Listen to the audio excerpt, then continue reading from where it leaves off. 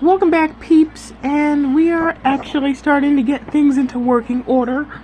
With the chapters, I actually created a playlist for all of the chapters, just in case you can't really get the correct order, because they don't really put things that you upload in order.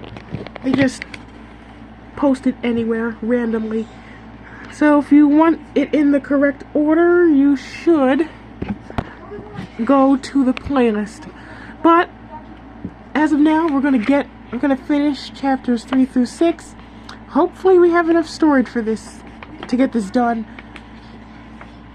So we ended off at chapter 3 by saying that the slobsters live for 70 to 80 years. So that's what we're gonna start off at. This is the introduction about the oxygen and stuff. We don't really need that at the moment. The biller stuff, we don't need the billers.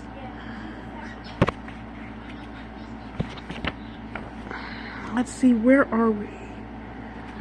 Yep, we're getting here right now. So yep, they have an average lifespan of 60 to 80 years. So that's the end of chapter Slobsters, chapter 3. And we're going to get into chapter 4, which does have a bit of a funny name, so you might laugh when you see this. So chapter 4 is the Guacamolia. The Guacamolia, the scientific name being Trialomorphodon, which means 3 different forms of teeth, is named so because it looks like a giant avocado monster. And before you start berating me for being unrealistic, it's not like a half avocado or half plant, half creature type thing. The only similarity it has to an avocado is the shape and the color and what it looks like. It has organs and bones and all that stuff. It's a vertebrate. They are members of the abelopod family, but they're not true abelopods. They're part of the genus Guacamoliidae. Other creatures in this genus include the obsidian guacamolia, the violet desert guacamolia, the black tree stalker, and the piccoloid. But we will be focusing on the largest species of guacamolia, which is the queen guacamolia. It also goes by other names such as Guacamolia rex, the giant green guacamolia, and albiga, a name used by the bubbleheads, which means fat green beast. This creature has a stout and large chubby body, 8 short and chubby crocodile-esque legs with sharp claws on the feet for burrowing. So it has 8 legs, but it's not like the legs of a spider. It's more like crocodile or alligator or Komodo dragon legs, but they're short and stubby, and they have very large claws that allow them to dig through the dirt. Slimy, bumpy, and green skin, with many overlapping scales and a big mouth decorated with 3 rows of razor-sharp teeth. They have 2 eyes on both sides of their heads, which makes 4 eyes already. And then they have 3 large eye stalks on the tops of their heads, like the eye stalks that a snail has. So in total, they have 7 eyes. Guacamolia have 3 sets of teeth, with one row curving backwards, another row straight and pointed, and the 3rd row with serrated edges. All of these edges, all rows, can be retracted or kind of folded up into their head when not in use, like the fangs of a snake.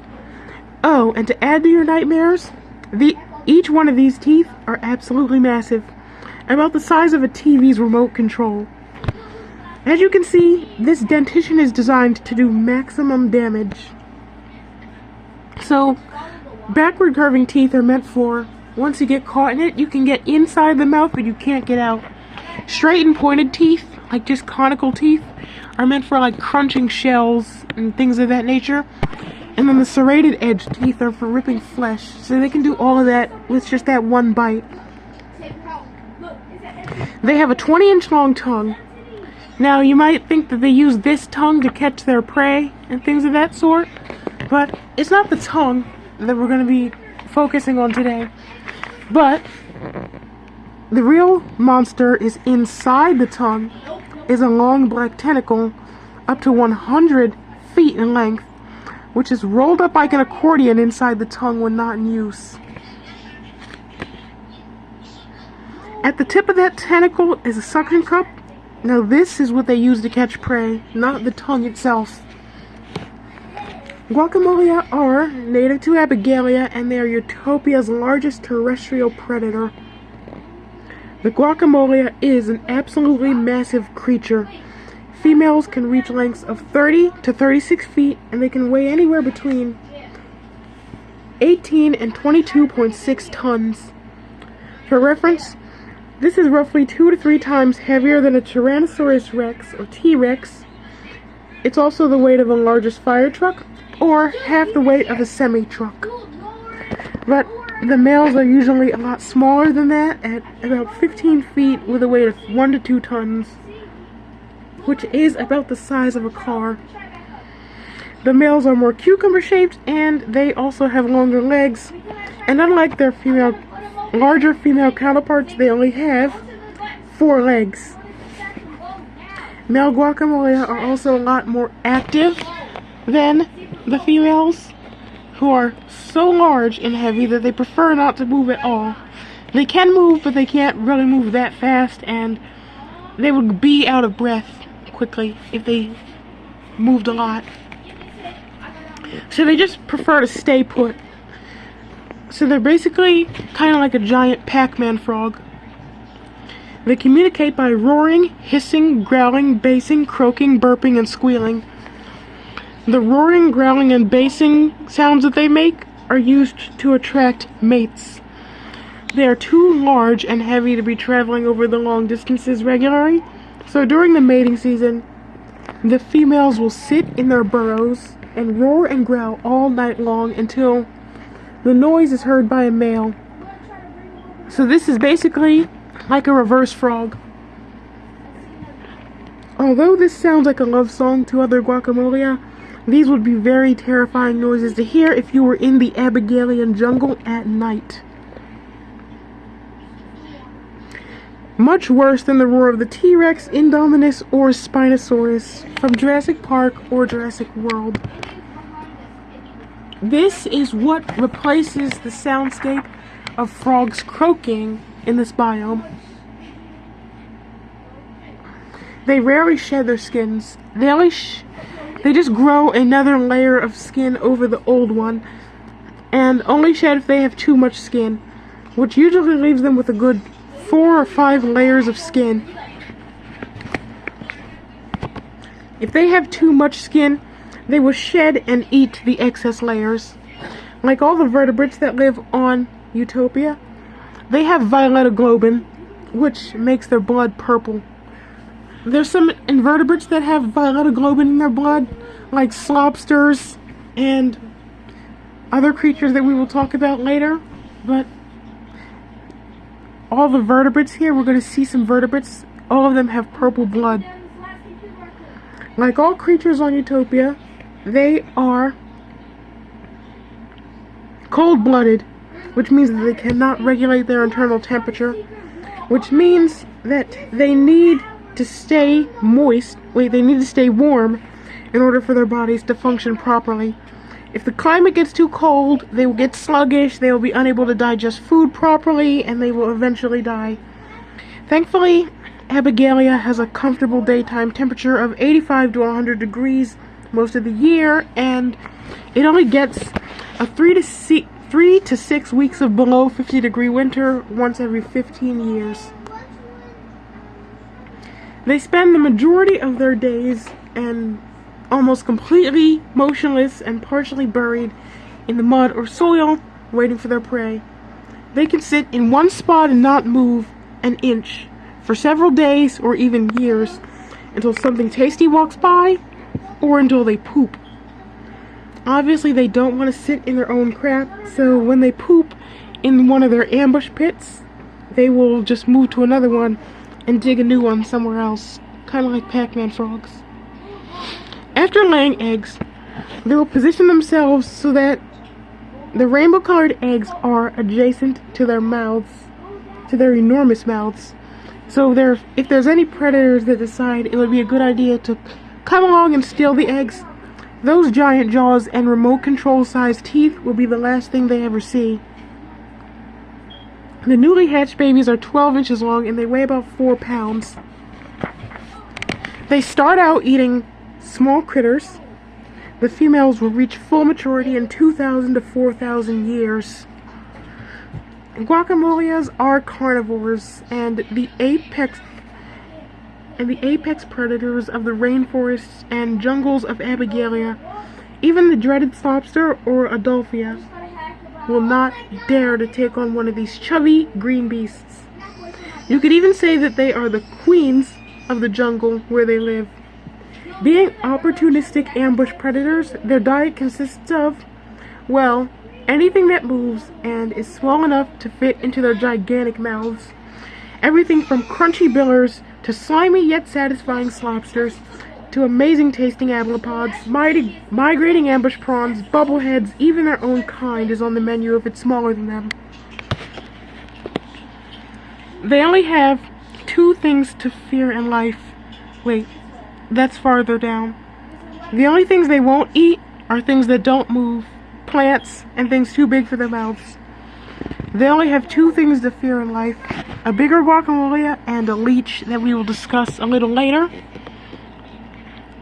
They are ambush predators, hunting by sitting almost completely motionless in the mud or soil, waiting for some unlucky critter to come moseying on by, willy-nilly, totally oblivious to the camouflaged predator, which to us looks like a giant avocado monster, but from the prey's perspective, it looks like an unassuming large green rock. When the prey gets close enough, they will open up their large mouths. Their tongues will peel back like bananas. Then that large black tentacle inside of their tongue will unroll and launch out, grab the prey, drag it kicking and screaming into their giant mouths, and clamp down. They have a bone-crushing bite force of 60,000 to 120,000 psi, which is 30 to 60 tons of pressure. This is more powerful than the bite of any creature that has ever walked or swam the earth. The crocodile, the T-Rex, even the megalodon doesn't hold a candle to this beast. This could effortlessly crush a car or a biller's hard and armored shell exoskeleton. Small prey is swallowed whole and transported into the stomach, where powerful acids and enzymes will break down and dissolve all meat, any bones, or exoskeletons. The food is then transported into the next stomach chamber to be digested some more. You heard that right. These beasts have 2 stomachs. They also have 2 hearts. One of these hearts is used solely or only to deliver blood supply to their stomachs. This same system is used by crocodiles to a degree, which allows them to secrete gastric acid 10 times faster than most animals. But with crocodiles, they only use like part of their heart to do that because they only have 1 heart. But the only difference is that with the guacamole, an entire heart is set aside just for this purpose. So the digestive system is about 5 times more powerful than that of a crocodile. Prey that is too large to be swallowed whole has a much worse fate. Once the mouth is closed, the guacamole will use its muscular tug and to rub and scrape the large prey against the rows of sharp teeth on its upper jaw and in the roof of its mouth, slowly and brutally tearing it apart. This action continues until the prey is in pieces that are small enough to be swallowed whole. The jaws are slightly unhingeable. This does not allow them to eat things that are bigger than themselves, like snakes do, but it does allow them to fit things like entire billers into their mouths and finish them in 5 to 10 bites. In fact, they could eat a T-Rex sized object. They could eat an entire T-Rex, basically. After digestion in the tum-tum, the prey is then moved.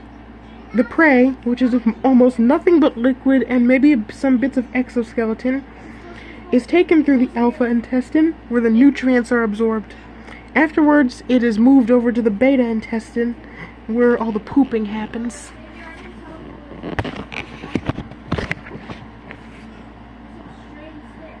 Due to having 7 eyes, they have great eyesight and can see from almost every angle, but they are unable to see non-moving objects, to recognize non-moving objects as food.